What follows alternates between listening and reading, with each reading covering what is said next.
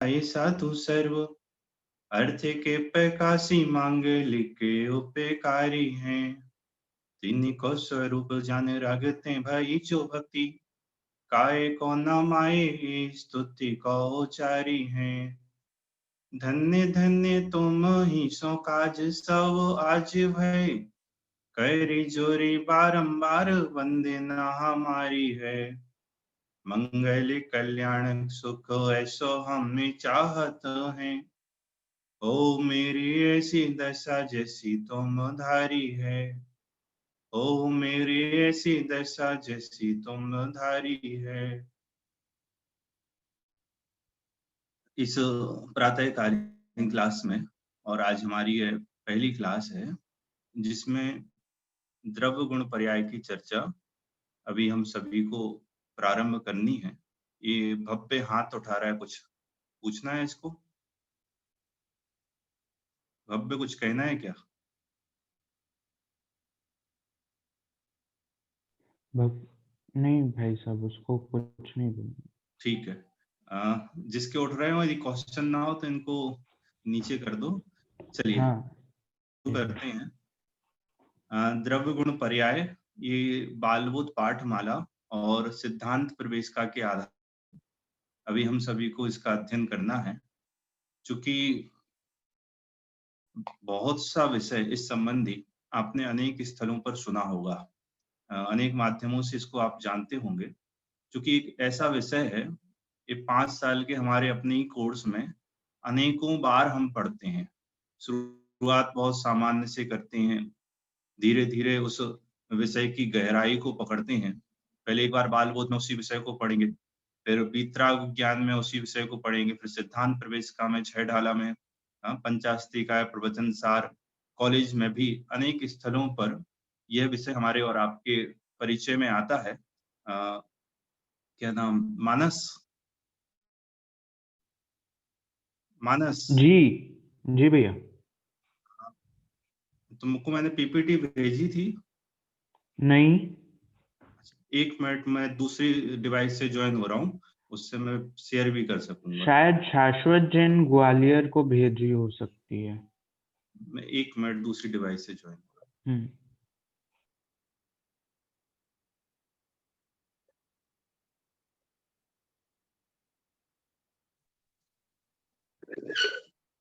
ये मैं कर दूं स्क्रीन शेयर? 1 मिनट में शुभम से नाम से आ रहा हूँ, उसको आप अनम्यूट कर देना।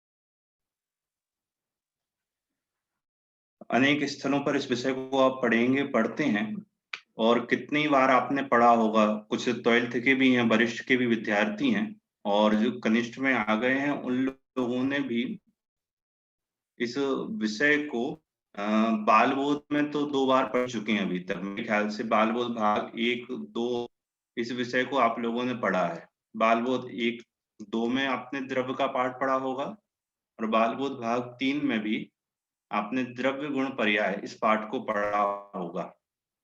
चूंकि फिर भी मेरा प्रयास ये रहेगा कि आपको कुछ ना कुछ नया विषय, मतलब जो पढ़ चुके हैं उनको नया विषय, और जिनको अभी भी इस विषय में थोड़ा सा क्लियरिफिकेशन नहीं है उनको भी कुछ नया मिले। देखिए, जैन धर्म का कहो या जैन सिद्धांत, जैन न्याय, किसी का भी कहो, दर्शन से देखना हो, धर्म जगत में देखना हो, न्याय जगत में देखना हो, जैन परिप्रेक्ष्य में, तो सबसे पहला स्तंभ है द्रव्य गुण पर्याय का। इसको जाने बिना आप जिन मत में, जिन धर्म में, जिन वाणी में प्रवेश नहीं कर सकते। क्यों? क्योंकि अभी मैंने आपके साथ मंगलाचरण किया था, वहां एक शब्द का प्रयोग किया था, अर्थ के प्रकाशी। अर्थ मतलब पदार्थ, द्रव्य मतलब भी पदार्थ है, द्रव्य मतलब भी वस्तु है।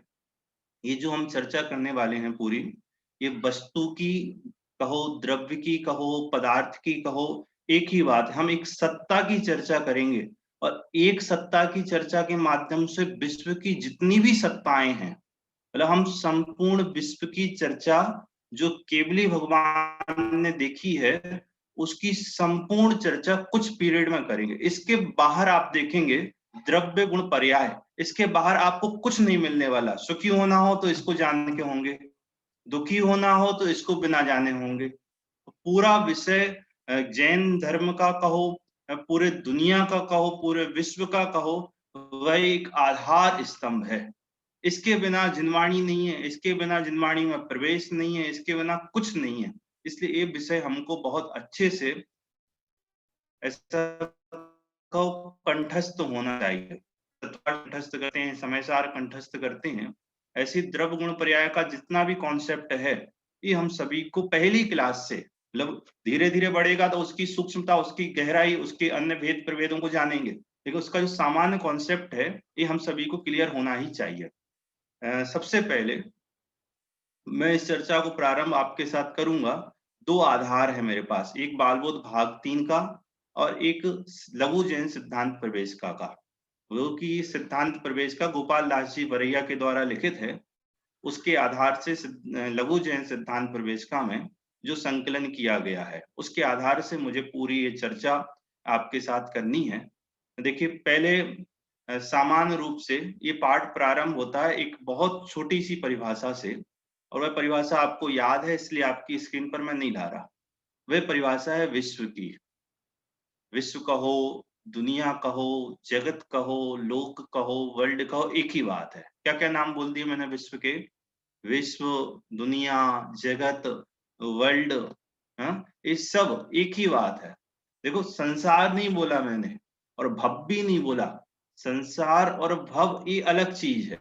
विश्व, दुनिया, जगत, वर्ल्ड एक ही बात है। तो यहाँ हम विश्व का स्वरूप बता रहे हैं आपको कि क्या है विश्व का स्वरूप। ये चार परिभाषाएं मुख्य रूप से आज हम जिसकी चर्चा करने वाले हैं, विश्व की, द्रव्य की, गुण की और पर्याय की। उसके पहले एक बात और जान लो, इन पूरे दिनों में हम सामान्य से तो विश्व, द्रव्य, गुण, पर्याय का स्वरूप जानेंगे, गुणों के भेद प्रभेदों को जानेंगे कि सामान्य और विशेष गुण क्या है। उसके बाद पर्याय का स्वरूप जानेंगे, पर्याय के जो दो भेद हैं, उन भेदों के भी जो प्रभेद हैं उनकी बात करेंगे। उसके अलावा जो 6 द्रव्य हैं, उन 6 द्रव्यों की संख्या की बात करेंगे, उनके प्रदेशों की बात करेंगे और वह रहते कैसे हैं, इन बातों को हम यहाँ पर देखेंगे। उनके स्वभाव और विभाव परिणमन को देखेंगे। ये हमारे 6-7 दिन का पूरा विषय है। लगभग 40 प्रश्न सिद्धांत प्रवेशिका के होंगे। बहुत से प्रश्न आपने जो पढ़े हैं उनको थोड़ा गौण करते हुए, केवल उनको पढ़ते हुए हम आगे बढ़ेंगे। तो पहली परिभाषा जो आपकी है वो है विश्व किसे कहते हैं। किसे कहते हैं विश्व? तो सीधा और स्पष्ट लिखा है, 6 द्रव्यों के समूह को विश्व कहते हैं। दूसरी परिभाषा जो आपकी है कि जब यहाँ पर द्रव्य शब्द का प्रयोग किया तो फिर द्रव्य किसे कहते हैं, तो वहां कहा गुणों के समूह को द्रव्य कहते हैं। ये दोनों परिभाषाएं मैं फिर से बोल रहा हूं, आप चाहो तो लिख लो और याद है तो कोई बात नहीं। क्या विश्व किसे कहते हैं? 6 द्रव्यों के समूह को विश्व कहते हैं।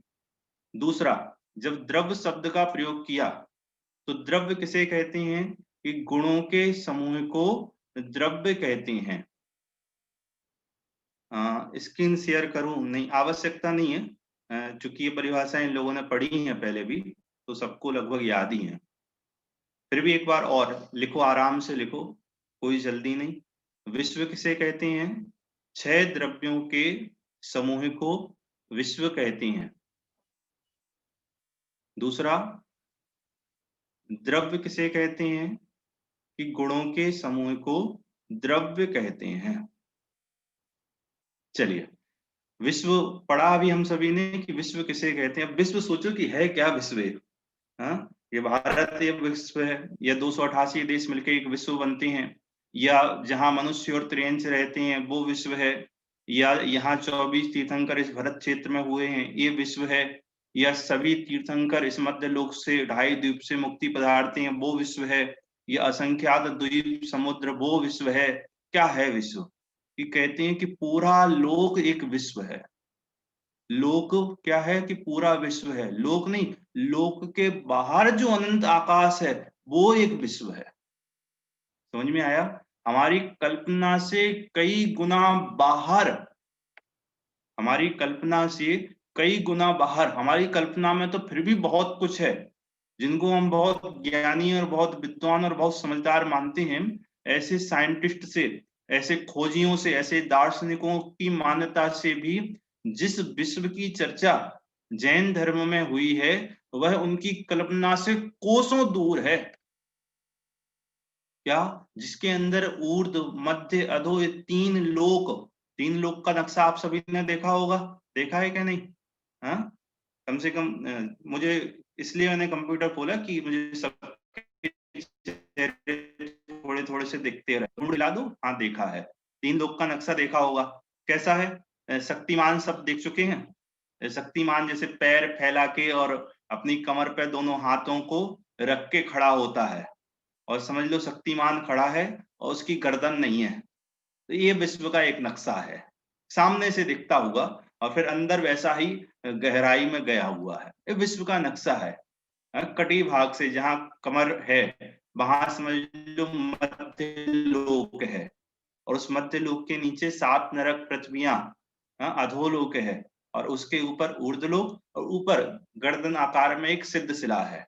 ये 3 लोक है, ये 3 लोक। और इस लोक के बाहर, जिसके आधार पे ये है ऐसी वायु, और उसके बाहर भी अनंत आकाश है, ये पूरा विश्व।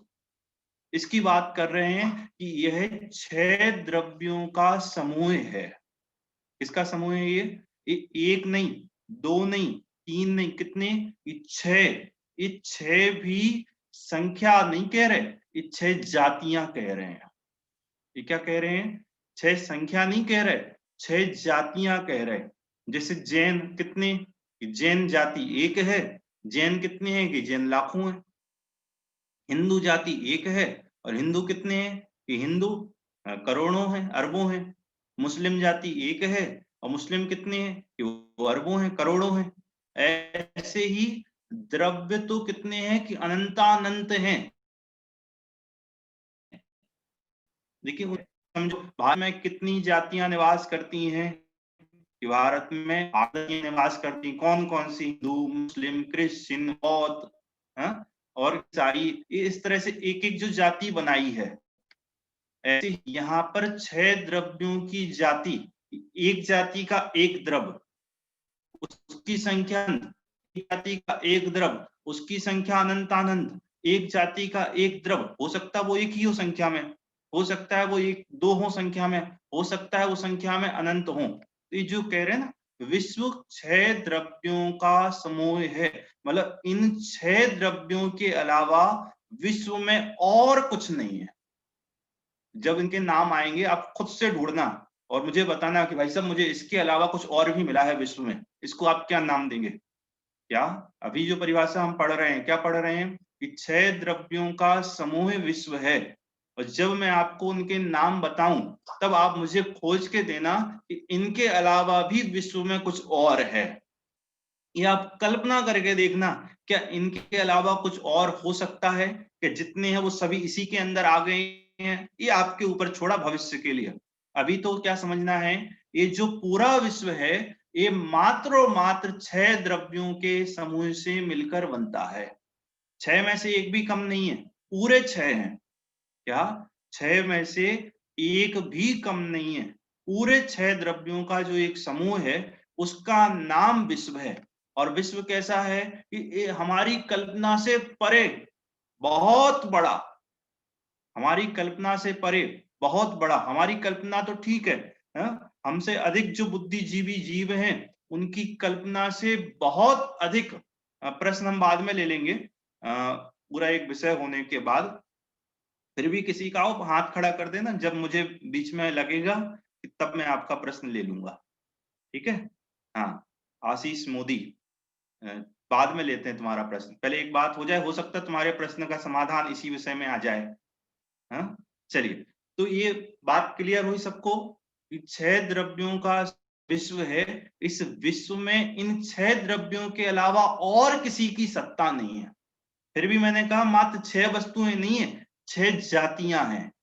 क्या ये 6 वस्तु नहीं है कि 1 2 3 4 5 6 हो गए? अरे उससे ज्यादा वस्तुएं तो यहाँ हमारे सामने बैठी हैं 122 संख्या में। हाँ, और आप सबकी डिवाइस 122 वो डिवाइस हो गई तो 244। हाँ, जिस कमरे में बैठे हो उसको और मिला लो, तो उससे ज्यादा संख्या तो हमारे सामने ही दिख रही है। यदि संख्या को ढूंढने जाओ तो सरेसर ये बात गलत सिद्ध हो जाएगी कि 6 वस्तुओं से मिलकर, 6 वस्तुएं नहीं, 6 जाति की वस्तुएं मिलकर इस विश्व को बनाती हैं। बात समझ में आई? हाँ जी या ना जी? हाँ, बोलना मत, नहीं तो वो डिस्टर्ब होगा। माइक वैसे ही नहीं खोलेंगे तो बोलोगे कैसे?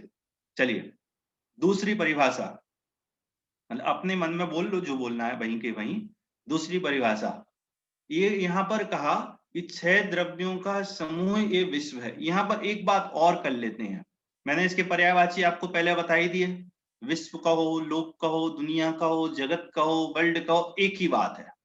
अब ये बात करनी है, ये इन 6 द्रव्यों को, इस 6 द्रव्यों से मिलकर जो विश्व बना है, उस विश्व को बनाया किसने? एक प्रश्न ये है मेरा कि इन 6 द्रव्यों को बनाने वाला, इस विश्व का संरचनाकार कोई है?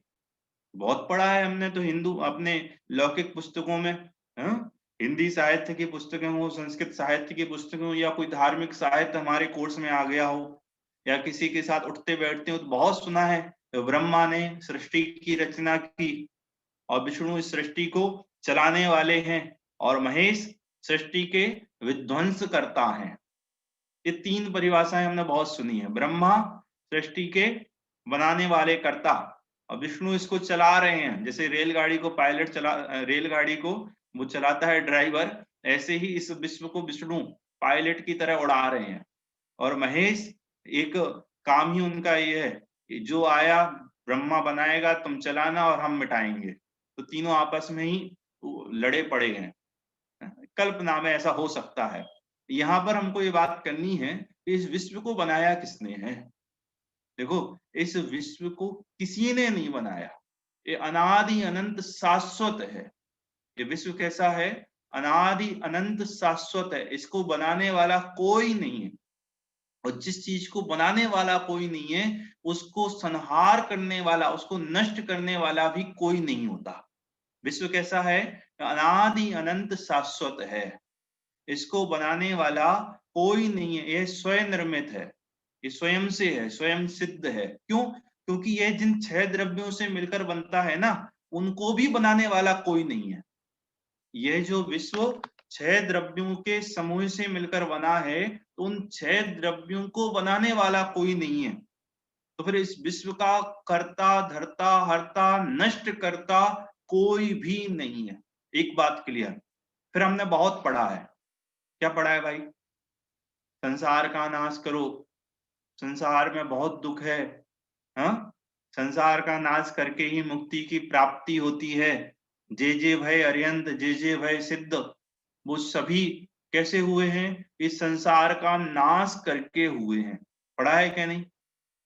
अभी आप कह रहे हो कि विश्व को किसी ने नहीं बनाया, फिर कहते हो विश्व को किसी ने नहीं बनाया तो उसका कोई नाश भी नहीं कर सकता। जब कोई नाश नहीं कर सकता, फिर संसार के नाश की प्रेरणा क्यों, कैसे और किस तरह देते हो? ये भी एक प्रश्न है भाई। तो देखो, पहले ही मैंने आपसे एक बात कही थी, विश्व के पर्यायवाची में दुनिया, वर्ल्ड, जगत ये नाम है, संसार और भव ये नाम नहीं है। इसका मतलब संसार अलग है और विश्व अलग है। क्या? संसार अलग है और विश्व अलग है। संसार का नाश हो सकता है, विश्व का नाश नहीं हो सकता। संसार को बनाया गया है, विश्व को किसी ने नहीं बनाया। संसार सबका अपना अपना है। ये हमारे मेरे संसार को मैंने निर्मित किया, तुम्हारे संसार को तुमने निर्मित किया। तो मेरे संसार को मैंने निर्मित किया तो मैं उसका नाश करके मोक्ष जा सकता हूं, और तुम्हारे संसार को तुमने निर्मित किया, तो उसको नाश करके तुम भी मोक्ष जा सकते हो। दुनिया में कहते हैं संसार क्या है, मेरा तो यही संसार है। क्या? माता पिता चाचा ताऊ, है भाई बहन, गुरुजी, अध्यापक, घर बार, ये हमारा संसार है। बच्चों सुनना बहुत अच्छे से, मैंने पहले ही कहा था, जो पहले पढ़ के भी बैठे हैं उनको भी कुछ एक आध दो बिंदु नए मिलेंगे, और उनका रिवीजन तो हो ही रहा है, और जो नए बैठे हैं बिल्कुल एक एक बात को बहुत गहराई से उसको समझने का प्रयास करना। हाँ, मम्मी से पूछना, आप जाके अपनी पापा से पूछना, क्या तो संसार क्या है, तो बोलेंगे यही संसार हो, तुम मेरी बेटी हो तो मेरा संसार हो, तुम मेरे बेटे हो तुम मेरा संसार हो। हाँ? ये दुकान, नौकर चाकर, मकान, ये हमारा संसार है। तो बोलते हैं ये संसार नहीं है। क्या संसार है? जो जीव की अशुद्ध अवस्था है। अशुद्ध अवस्था मतलब ये जो मोह राग द्वेष परिणाम है ना, ये क्रोध मान माया लोभ का परिणाम है, ये जो भ्रमण का परिणाम है, ये संसार भ्रमण, संसरणम संसारः, ये भ्रमण ही संसार है। जन्म मरण, मोह राग द्वेष, क्रोध मान माया लोभ, ये संसार है। तो इस जन्म मरण का, क्रोध मान माया लोभ का, कसायों का, मोह राग द्वेष विकार का, अशुद्ध पर्यायों का हम नाश कर सकते हैं। क्यों? क्योंकि अपने स्वरूप को भूलकर मैंने इस संसार का उत्पत्ति की है, मैंने इस संसार की रचना की है, इसलिए इसका नाश करना संभव है, इसका नाश किया जा सकता है। और नाश कितने जीवों ने किया है, बात समझ में आई? तो संसार का तो नाश होता है, लेकिन विश्व का, दुनिया का, वर्ल्ड का जो एक ही है, इसका नाश नहीं होता। क्यों? क्योंकि इसको किसी ने नहीं बनाया, ये अनादि से है, अनंत काल तक रहेगा। यह जिन 6 द्रव्यों का समूह है, उन 6 द्रव्यों को भी बनाने वाला कोई नहीं। बात समझ में आई? चले आगे। देखिए दूसरा, एक कहा आपने कि 6 द्रव्यों का समूह विश्व है, तो द्रव्य किसे कहते हैं ये बताओ? तो कहा गुणों के समूह को द्रव्य कहते हैं। क्या कहा? गुणों के समूह को द्रव्य कहते हैं। और भी द्रव्य की 3-4 परिभाषाएं मिलती हैं, परिभाषाएं सुन लो, मौका मिलेगा तो चर्चा करेंगे। देखिए तत्वार सूत्र में 3 परिभाषाएं हैं द्रव्य के स्वरूप को बतलाने वाली। सत द्रव्य लक्षणम, कॉपी पर लिख लो, सत द्रव्य लक्षणम। दूसरा, आराम से बिल्कुल फिर से बोल रहा हूं, सत द्रव्य लक्षणम। दूसरा, अब पूछा कि सत कैसा है, तो कहा उत्पाद व्यय द्रव्य युक्तम सत। उत्पाद व्यय द्रव्य युक्तम सत। तीसरा, गुण पर्ययवत द्रव्यम। गुण पर्ययवत द्रव्यम। फिर से बोलता हूं मैं, तीनों परिभाषाएं आराम से लिख लो आप। पहला, सत द्रव्य लक्षणम। दूसरा, गुण उत्पाद व्यय द्रव्य युक्तम सत। और तीसरा, गुण पर्ययवत द्रव्यम। नहीं लिख पाए हो तो देखो इनको हिंदी में कैसे बोलेंगे, सत द्रव्य लक्षणम, द्रव्य का लक्षण सत है। उत्पाद व्यय द्रव्य युक्तम को क्या बोलेंगे, उत्पाद व्यय द्रव्य से युक्त सत है। और गुण पर्यायवत द्रव्यम को क्या कहेंगे, गुण पर्याय वाला द्रव्य है। 3 परिभाषाएं, तीनों आपस में मिली जुली हैं। पहले तो जो अभी हमने सामान्य सिद्धांत प्रवेशिका की पढ़ी, और जिसको आपने पहले भी पढ़ा है, क्या पढ़ा? गुणों के समूह को द्रव्य कहते हैं। जो द्रव्य है वह गुणों का समूह है। कितने गुणों का समूह है? ये अनंतानंत गुणों का समूह, अनंत गुणों का समूह एक द्रव्य है। शाश्वत, मानस, अमन। सत मतलब क्या होता है पंडित जी, बताते हैं सत मतलब क्या होता है। हम पहले गुण को समझें। हाँ, क्या? फिर से, गुणों के समूह का नाम द्रव्य है। तो कौन सा गुण, कितने गुण, ये सारे प्रश्न खड़े होते हैं। तो बोलते हैं अनंत गुणों का समूह एक द्रव्य है। एक गुण एक द्रव्य नहीं, दो गुण दो द्रव्य नहीं, कितने गुण? अनंत गुणों का समूह वह द्रव्य है। देखो अभी आपने जब विश्व की परिभाषा पढ़ी थी, वहां भी आपने एक चीज देखी थी, क्या? कि 6 द्रव्यों का समूह विश्व है। और यहाँ द्रव्य में क्या कह रहे हैं? गुणों का समूह वह द्रव्य है। दोनों जगह समूह का प्रयोग हुआ है, दोनों जगह समूह का प्रयोग हुआ है, और दोनों जगह समूह का अलग अलग अर्थ है। अच्छे सुनना, क्या? 6 द्रव्यों का समूह विश्व, वहां समूह शब्द का प्रयोग है, और यहाँ गुणों का समूह वह द्रव्य, यहाँ समूह शब्द का प्रयोग है। तो दोनों जगह जो समूह है ना, उसमें अंतर है। जैसे बहुत सारे लोग मिलकर एक समूह बनाते हैं, बहुत सारे लोग मिलकर एक समूह बनाते हैं, और एक एक ही में बहुत सारी वस्तुएं होती हैं, मतलब एक ही में बहुत सारी बातें होती हैं, दोनों समूह कहलाते क्या? बहुत सारे लोग, यहाँ एक समूह है किसका? कि 5 महाविद्यालयों का समूह है। 5 महाविद्यालयों के समूह स्वरूप इस शिविर का आयोजन किया गया, ठीक? और तुम में कितने अच्छे तुम गुणों के समूह हो। दोनों समूह में अंतर आया ना ख्याल में स्पष्ट? और अच्छे सुनना, बूंदी का लड्डू देखा है आपने? बूंदी का लड्डू सबने देखा होगा, है? किसी के यहाँ कुछ और बोलते होंगे, गुजरात में कुछ बोलते होंगे, मुझे नहीं पता, और हो सकता है यही बोलते हो आप लोग भी। तो उसमें एक एक बूंदी अलग अलग होती है, देखिए सबने, उसमें एक एक बूंदी अलग अलग होती है। तो पूरा समूह मिलकर एक लड्डू बना। और शक्कर आप सबने देखी है, हाँ? उस शक्कर में क्या देखा है? कि उसमें मिठास है, सफेदी है, उसमें दरदरापन है, इस सारी उसमें भी समूह है, मिठास का, मिठास, दरदरापन, सफेदी, इसका समूह वो शक्कर है। तो दोनों का समूह आपको ख्याल में आ रहा है अलग अलग? कि वो जो बूंदी का लड्डू है ना, वो सबकी एक एक अलग अलग सत्ता है। बूंदी के लड्डू में एक एक बूंदी की अलग अलग सत्ता है, और शक्कर की मिठास, शक्कर में सफेदी, वो अलग अलग नहीं है, वो एक साथ मिली हुई है। आई बात समझ में?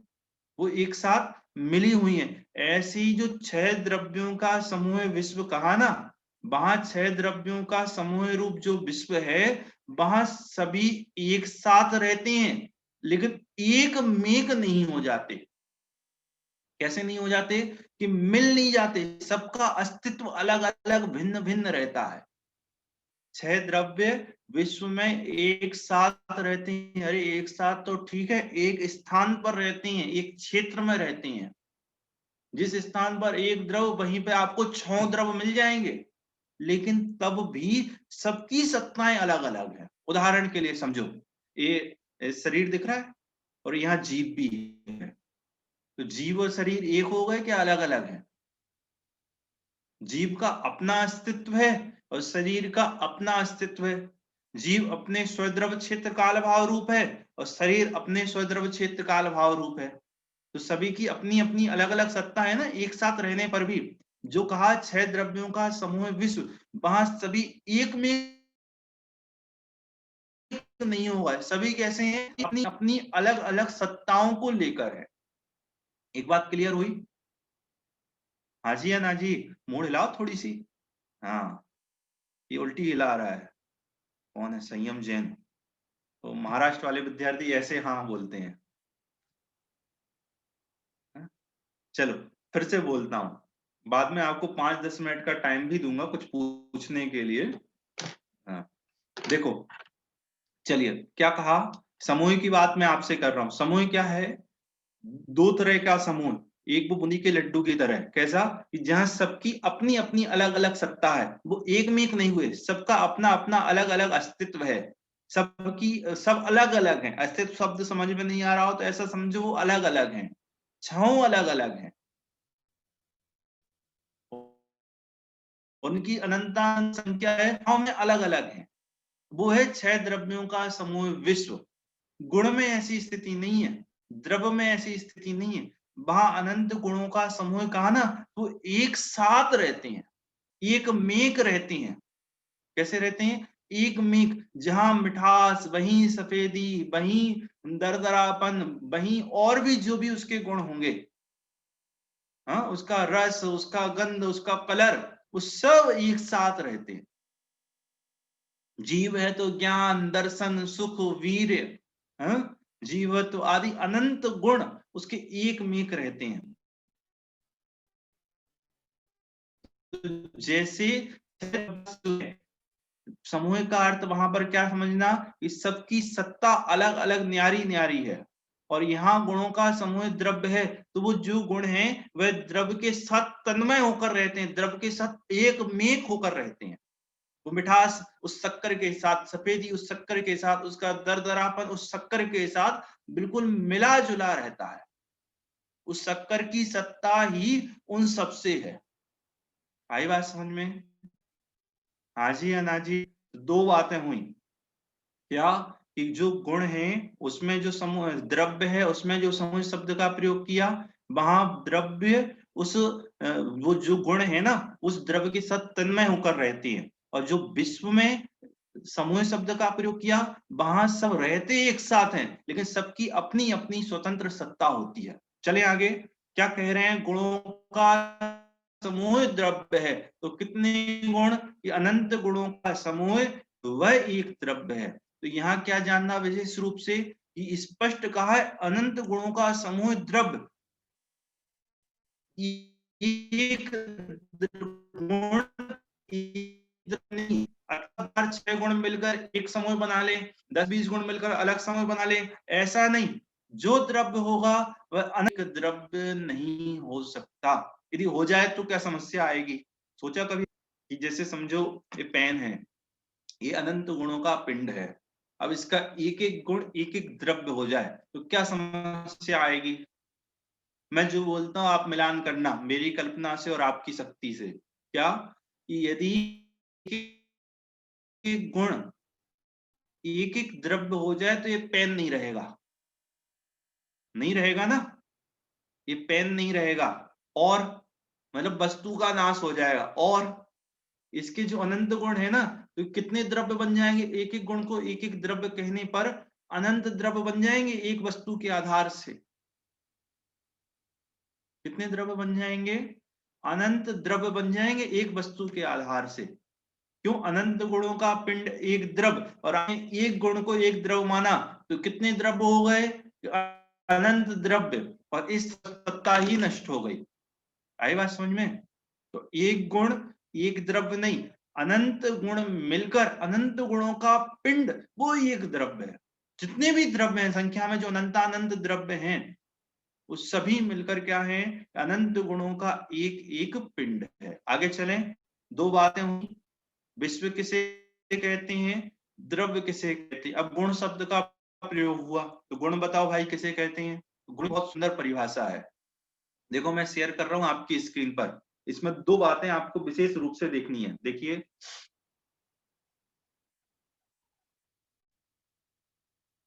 हाँ, गुण किसे कहते हैं, परिभाषा देखना, मैं बड़े आराम से पढ़ूंगा। जो द्रव्य के संपूर्ण भागों में और उसकी संपूर्ण अवस्था में रहता है उसे गुण कहते हैं। फिर से पढ़ रहा हूं, दो जगह में रुकूंगा। जो द्रव्य के संपूर्ण भागों में एक और संपूर्ण अवस्था में दो रहता है उसे गुण कहते हैं। कोई विद्यार्थी पढ़ेगा इसको? चलो शाश्वत तुम ही पढ़ दो। जो द्रव्य के संपूर्ण भागों में और उसकी संपूर्ण अवस्थाओं में पाया जाए वह गुण है।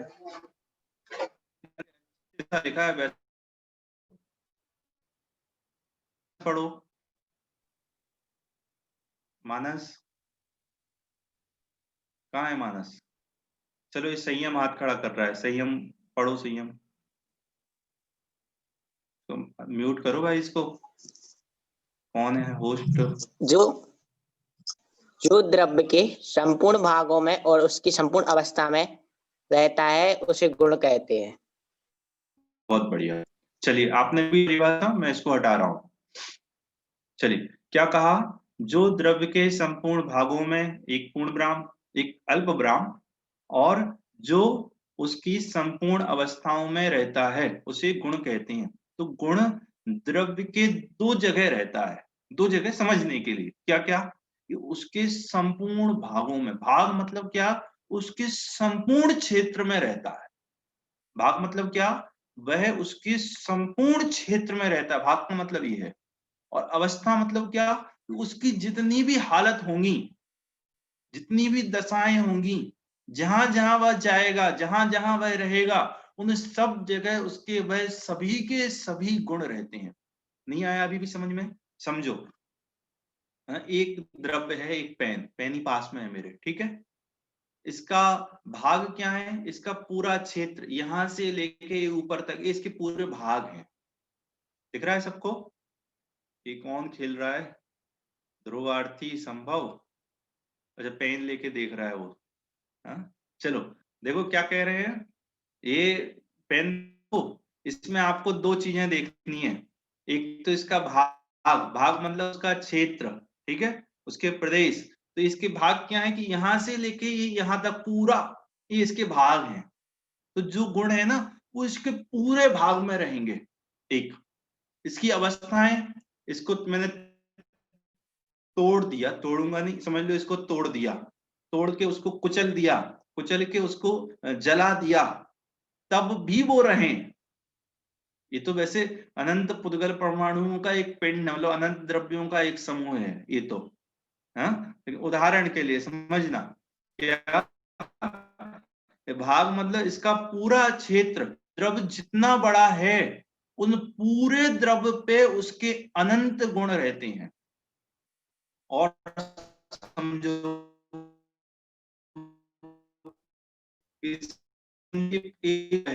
गुण है, अनंत गुण कैसे रहे? गुण यहाँ, यहाँ, यहाँ, पूरे द्रव्य के एक एक प्रदेश पर एक एक गुण रहते हैं। ऐसा नहीं रहता। जैसे समझो, आत्मा एक द्रव्य है, वो शरीर पर रहती है। मेरी आत्मा मेरे शरीर प्रमाण है। तो आत्मा का भाग क्या है कि पैर से लेके यहाँ सिर तक का पूरा क्षेत्र उसका भाग है।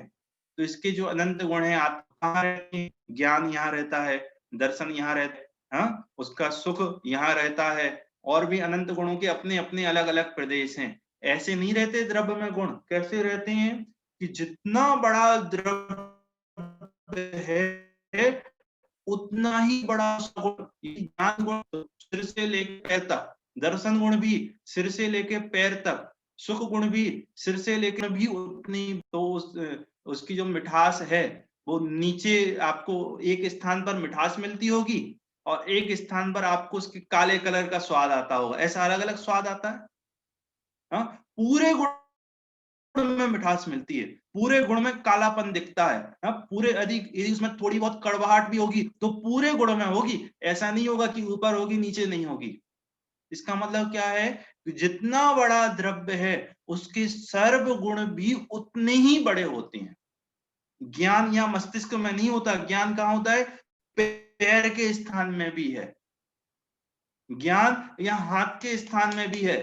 सुख ये पैर में भी है, पेट में भी है, मस्तिष्क में भी है, या कान में भी है। कैसे पता? कैसे पता? एक काम करो, पेन लो, थोड़ा सा ये चिमटी भर के देखो यहाँ पे, तो आपको दुख सा होता है, तो दुख का ज्ञान हुआ ना, इसका मतलब यहाँ ज्ञान है। इसका मतलब यहाँ ज्ञान है। रास्ते में जा रहे हो, कांटा चुभा, तो आप एकदम से चिल्लाए, इसका मतलब वहां उसने उस वेदना का ज्ञान किया, तो वहां भी ज्ञान है। तो जो गुण है वह क्या है कि द्रव्य के संपूर्ण भाग में, तो जितना बड़ा द्रव्य उतने ही बड़े उसके गुण। यदि द्रव्य सिर से लेके पैर तक है तो उसके समस्त गुण भी उतने ही बड़े हैं। इसका मतलब क्या है? उसके हर प्रदेश में, हर क्षेत्र में उसके अनंतानंत गुण रहते हैं। ऐसे नहीं रहते एक यहाँ, दूसरा, तीसरा, चौथा, पांचवा, अनंत गुण ऐसे मिलके बन के रहते होंगे। सबने अपना अपना स्थान नक्की कर लिया, नहीं, उसी स्थान पर उसके अनंतानंत गुण रहते हैं। एक बात समझ में आई सबको? पहली बात क्या लिखी थी परिभाषा में कि गुण किसे कहते हैं कि जो द्रव्य के संपूर्ण भाग मतलब उसके संपूर्ण क्षेत्र में रहती हैं उन्हें गुण कहते हैं। दूसरा, उसके सभी अवस्थाओं में रहता है। अवस्था मतलब उसकी दशाएं, अवस्थाएं मतलब उसकी दशाएं, कि द्रव्य जिस भी अवस्था में होगा उन सब अवस्थाओं में उसके अनंत गुण रहेंगे। जीव की अवस्था हम बहुत अच्छे से समझते हैं। समझो कि ये जितने भी जीव है ना, सारे के सारे जीव निगोद से निकले हैं। कहां से निकले हैं? सब जीव निगोद से निकले हैं। निगोद से निकल के एक इंद्रिय हुए, दो इंद्रिय हुए, तीन इंद्रिय हुए, चार इंद्रिय हुए, अभी पंचेंद्रिय हो गए। हाँ, कोई देव बना, नारकी बना, कोई अरिहंत बन गए, मुनिराज बन के अरिहंत बन गए, और कोई सिद्ध बन गए। तो वो जो गुण थे ना उसके वस्तु के, वो निगोद में था तब भी थे, निगोद में था तब भी थे। क्या नारकी बना तब भी है, मनुष्य बना तब भी है, देव बना तब भी है, अरिहंत बने तब भी है, और सिद्ध बने तब भी है। तो गुण क्या है? उसकी सभी अवस्थाओं में रहते हैं। जहां जहां द्रव्य रहेगा वहां वहां अपने अनंत गुणों के साथ रहता है। अंतर क्या है? अंतर जरूर इतना होता है, कभी प्रकट होता है, कभी प्रकट नहीं होता। क्या अंदर क्या होता है कि कभी कोई गुण प्रकट हो जाते हैं, कभी कोई गुण प्रकट नहीं होते, ये थोड़े से प्रकट होते हैं। जैसे हमारा ज्ञान गुण है, तो शक्ति सामर्थ्य तो उसमें कितनी है कि विश्व के समस्त पदार्थों को एक साथ एक समय में जान ले। ऐसे ज्ञान गुण का विकास केवली परमात्मा के तो बरतता है, हमारे आपके नहीं बरतता। लेकिन ज्ञान गुण तो है ना, क्यों? क्योंकि उसका अंश दिखता है। अभी आपको मैं समझा रहा हूं तो आपको समझ में आ रहा है। आप कुछ पढ़ते हैं तो आपको उसका ज्ञान होता है, आप कुछ सीखते हैं उसको ज्ञान होता है। तो इसका मतलब ज्ञान गुण का अंश, उसका थोड़ा सा अंश प्रकट है ना। तो गुण तो पूरे के पूरे सभी अवस्थाओं और हालतों में रहते हैं। तो गुण की परिभाषा अभी हमारी ये हुई। दो बातें क्या क्या? पहला क्या लिखा वहां पे कि वह गुण उसकी सभी भागों में रहता है, और दूसरा क्या लिखा? उसकी सभी अवस्थाओं और हालतों में रहता है। चले मैं एक बार फिर से परिभाषा आपकी स्क्रीन पर ला रहा हूं।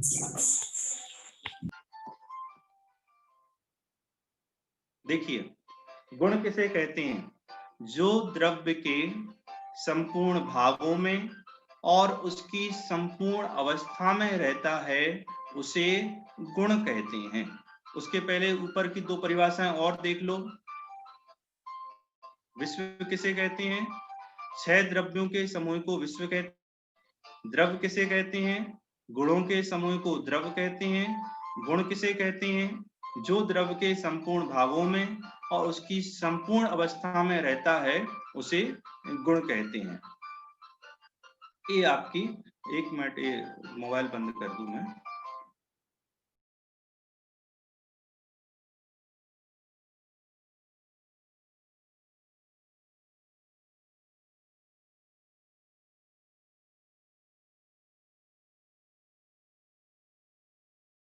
हाँ, तो अभी आज की क्लास में इस द्रव्य गुण पर्याय के पाठ में हमने विश्व को जाना, विश्व के पर्यायवाची जाने, संसार और विश्व के अंतर को जाना। उसके बाद विश्व को किसी ने नहीं बनाया। फिर विश्व और द्रव्य की परिभाषा में प्रयोग होने वाले गुणों के समूह को और 6 द्रव्यों के समूह को, इस समूह शब्द के अंतर को जाना कि वहां समूह मतलब एक साथ रहते हैं लेकिन एक में एक नहीं होते। और यहाँ क्या है कि एक साथ द्रव्य के साथ तन्मय होकर उसके अनंत गुण रहते हैं। द्रव्य में रहने वाले जो गुण हैं वह उस पूरे ही वस्तु में रहते हैं, उसकी सभी दशाओं में रहते हैं। ये चर्चा आज की क्लास में अभी हमने की। अब किसी को कोई भी प्रश्न हो तो आप तो हाथ खड़ा करते जाएं, और ये मानस या शाश्वत उसको अनम्यूट करेंगे तो हम उससे प्रश्न पूछते भाई जाएंगे। साहब, चलिए प्रश्न ये था कि अभी आपने कहा था कि मतलब गुण उसकी अवस्था में रहता है, जैसे आपने गुड़ का दृष्टांत लेके समझाया था। अब हम अगर मान लो कोई रोटी का एग्जांपल लेते हैं, तो उसमें एक जगह ऐसा होता है कि रोटी एक जगह से सड़ जाती है, तो वो भी तो एक मतलब गुण टाइप ही हो गया कि वहां से वो सड़ गई, तो पूरी जगह से क्यों नहीं सड़ी वो? बहुत या बढ़िया। फिर कोई भी फल होता है वो कड़वा निकल जाता है एक तरफ से और एक तरफ से मीठा, तो वो गुण ही तो हो गया कड़वा भी उसका, ऐसा क्यों होता है? देखो पहली बात तो दो उत्तर हैं इसके। पहला उत्तर है, समझो ये जितना भी पुद्गल द्रव्य हमको दिखता है, चाहे रोटी हो चाहे फल हो, ये अनंत पुद्गल परमाणुओं का एक पिंड है। ठीक है, ये अनंत पुद्गल परमाणुओं का एक पिंड है। तो ये अनंत द्रव्यों से मिलकर एक सत्ता बनी, एक स्कंद बना है। एक दूसरा, देखो वहां पर जो तुम कह रहे हो गुण सड़ गया, गुण नहीं सड़ा, गुण तो त्रिकाल एक जैसा रहता है। बहुत अच्छे से वाली बात सब समझना, गुण तो त्रिकाल एक जैसा रहता है। जो कुछ भी बदलाव होता है वह सब कुछ बदलाव पर्याय में होता है। फिर से बोल रहा हूं, द्रव्य और गुण इनमें कभी कोई बदलाव नहीं होता। अनादि काल से अनंत काल तक एक जैसा ही द्रव्य और गुण रहता है, उसमें कभी रंच मात्र भी होता। बदलाव किसमें होता है? जो गुणों का कार्य होता है, गुणों की जो पर्याय होती हैं, गुणों की जो अवस्थाएं होती हैं, उनमें बदलाव होता है। ठीक है, तो आप कह रहे हो कि समझ लो कि उसके गुण हैं, तो उस गुण में आधी रोटी सड़ गई, उसके परिणमन में कि आधी रोटी में सड़े रूप परिणमन हुआ और आधी रोटी में अच्छे रूप परिणमन हुआ, तो वो रोटी जो है ना, वो अनंत पुद्गल परमाणुओं का पिंड है। तो जिस परमाणु के रस गुण में सड़ने रूप परिणमन हुआ तो वैसा हुआ, और जिस परमाणुओं के परिणमन में सड़ने रूप परिणमन नहीं हुआ तो वैसा नहीं हुआ। ठीक है भाई, किसका प्रश्न था? नाम बता दो अपना। अच्छा प्रश्न था। संयम का प्रश्न था। चलिए दूसरा किसका है? ये आपने बताया कि समूह में दोनों में समूह शब्द का अलग अलग अर्थ है, तो हम जब दूसरे में अर्थ देख तो अनंत का समूह द्रव्य होता है, तो गुणों में भी परंतु उनकी सत्ता तो अलग अलग ही होती होगी ना, एक गुण दूसरे गुण रूप नहीं होता। बहुत बढ़िया। हाँ, तो मैं यही तो कह रहा हूँ, गुण आपस में नहीं मिलते। मैंने तो ये कहा कि द्रव्य के साथ गुण तन्मय है, द्रव्य के साथ गुण तन्मय, गुण के साथ गुण तन्मय नहीं कहा। ज्ञान दर्शन चारित्र सुख वीर, ये जो गुण है वो एक दूसरे में मिलनी, ऐसा नहीं प्रयोग किया मैंने। क्या प्रयोग किया कि वो जो गुण है वह द्रव्य के साथ तन्मय है, द्रव्य और गुण तन्मय है, गुण और गुण तन्मय नहीं है। ठीक है, चलिए अगला। पंडित जी एक बार विश्व और संसार को दोबारा समझा दीजिए। हाँ, विश्व संसार तो समझो ये हमारा जो विकार परिणाम है, अशुद्ध परिणमन है, मोह राग द्वेष क्रोध मान माया लोभ, ये संसार है। और विश्व क्या है? ये 6 द्रव्यों से मिलके बना है। तो संसार को तो हमने बनाया, इसलिए इसका नाश हम कर सकते हैं। हाँ, और विश्व को किसी ने नहीं बनाया, तो इसका नाश कोई भी नहीं कर सकता। बोलो अगला प्रश्न किसका है? अनन्या। हाँ भैया, अभी आपने ऐसा बताया कि जो गुण है वो द्रव्य के साथ एक में एक होकर रहते हैं, उसमें तन्मय होकर रहते हैं। और जो विश्व में ऐसे, तो ऐसे हम द्रव्यों को भी बोल सकते हैं कि जो द्रव्य हैं वो पूरे विश्व में तन्मय होकर रहते हैं, क्योंकि अगर द्रव्यों को हटा दे तो विश्व की कोई सत्ता नहीं है, ऐसी गुणों को हटा दे तो द्रव्य की सत्ता नहीं है, तो द्रव्यों को हटा देने पर विश्व की भी सत्ता नहीं है, तो दोनों में अंतर कैसे है? देखो तन्मय मतलब होता है एक में एक होना। तन्मय मतलब क्या होता है? एक में एक होना, वो मिलकर एक हो जाए, इसका नाम होता है तन्मय। यदि 6 द्रव्य मिलकर एक हो जाएं तो वो तो 6 द्रव्य ही नहीं रहेंगे, वो तो एक द्रव्य हो जाएगा। 6 द्रव्य नहीं रहेंगे, वो क्या हो जाएंगे? वो पूरा एक द्रव्य हो जाएगा। तो 6 ही क्यों कहोगे आप? जब वो तन्मय हो जाएंगे तो किसी एक का नाम ले देना, या 6 का मिलाकर एक नाम रख देना। वहां सभी की सत्ता अलग अलग रहती है, रहते एक साथ हैं लेकिन अपने अपने में रहते हैं। दूसरा, जो गुणों में कहा, कभी इसने भी प्रश्न किया था किसी बालिका ने, क्या पूछा था उसने कि ज्ञान दर्शन चारित्र ये एक में एक हो जाएंगे? नहीं, वो द्रव्य के साथ तन्मय है। ज्ञान द्रव्य के साथ, चारित्र द्रव्य के साथ, सुख द्रव्य के साथ, तो उनका तन्मयपना अपने उस द्रव्य के साथ है। वो द्रव्य के साथ एक में एक है, द्रव्य से अलग गुण नहीं है और गुण से अलग द्रव्य नहीं है, द्रव्य और गुण मिलकर एक बने हैं। ठीक है, चलिए और भाई। जी भाई साहब, आपने बताया संसार और विश्व में अंतर बताया आपने कि विश्व में भी 6 उद्रव्य हैं और संसार में भी 6 उद्रव्य हैं।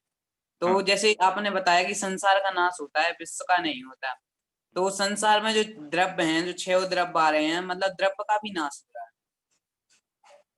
क्या? फिर से बोलो। भाई साहब आपने बताया कि जो विश्व है उसमें भी 6 द्रव्य हैं और संसार में भी 6 द्रव्य आते हैं। नहीं, रुक जाओ। कब कहा मैंने संसार में 6 द्रव्य आते हैं?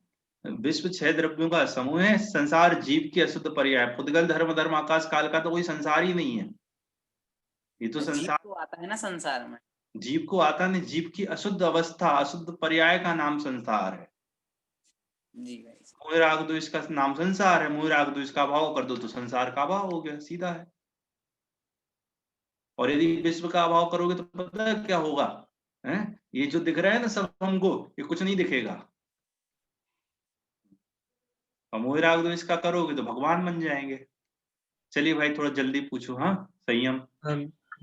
भाई साहब, जैसे जो अनंत गुण है वो सब एक क्षेत्र में रहते हैं, तो उनमें कोई ऐसी शक्ति होती होगी कि वो संपूर्ण भाग में संपूर्ण तरह से रहते हैं, लेकिन गुण तो बिना किसी के और गुण के आश्रय से रहता है। तो उसमें ऐसा क्या होता है कि वो एक क्षेत्र में पूरी तरह से रहते हैं एक साथ?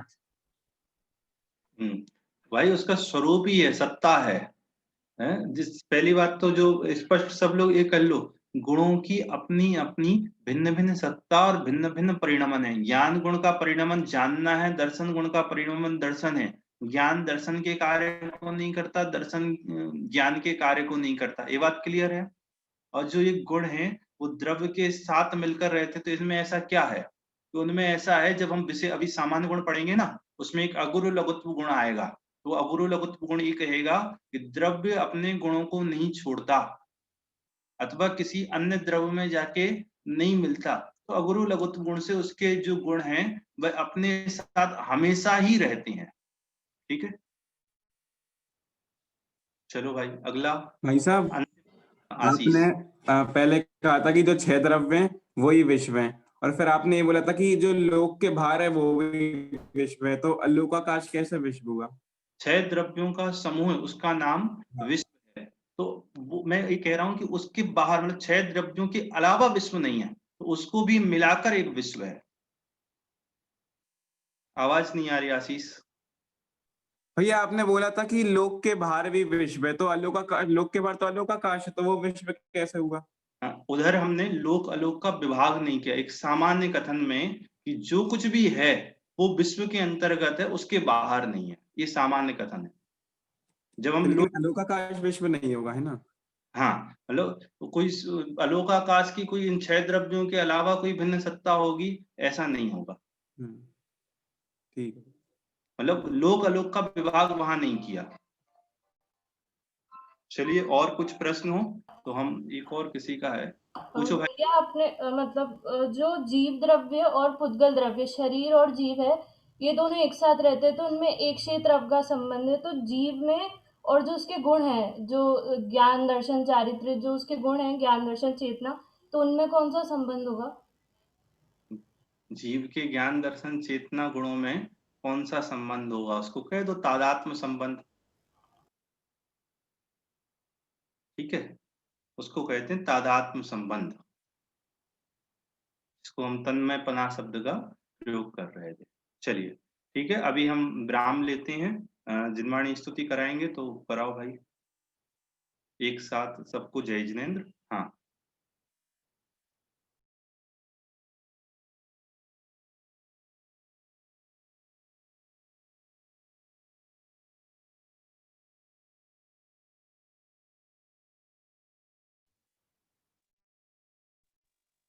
चलिए मैं पढ़ता हूँ, आप हाथ जोड़ लीजिए। निज निधि निज में बताई, यह अनंत उपकार है, उसके लिए जिन वाणी माँ को वंदना सत्यवार है। जय जिनवाणी माता की जय हो।